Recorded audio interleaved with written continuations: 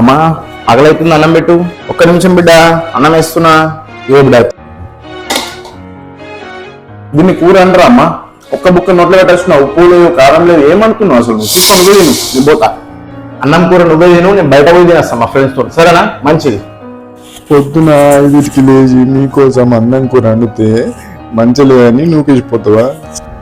ఏంద్రా నాయన, కళ్ళ నుంచి నీలం నీళ్ళు కారుతున్నాయి. మా వాళ్ళు వచ్చినప్పుడు ఎట్లా చేస్తుండేను. గల్ఫ్కి వచ్చిన తర్వాత ఫస్ట్ టైం అండినా. ఒకప్పుడు మా అమ్మ వంట చేస్తే ప్లేట్ ఇసిరుకుంటున్నాను. ఇప్పుడు నా వంట చూసి నాకే విరక్తి వస్తుంది, తినా రాకుండా ఉంది. ఇప్పుడు ప్లేట్ ఇసిరుకోవడమన్నా అని అక్కడికి రావాలా. అప్పుడు చేసిన తప్పుకి ఇప్పుడు అనుభవిస్తున్నాను నేను. అమ్మగిన వంట చేస్తే ఎవరు కూడా వంకలు పెట్టకపోతే నచ్చింది ఏదో అడ్జస్ట్ అయ్యి తినాలా.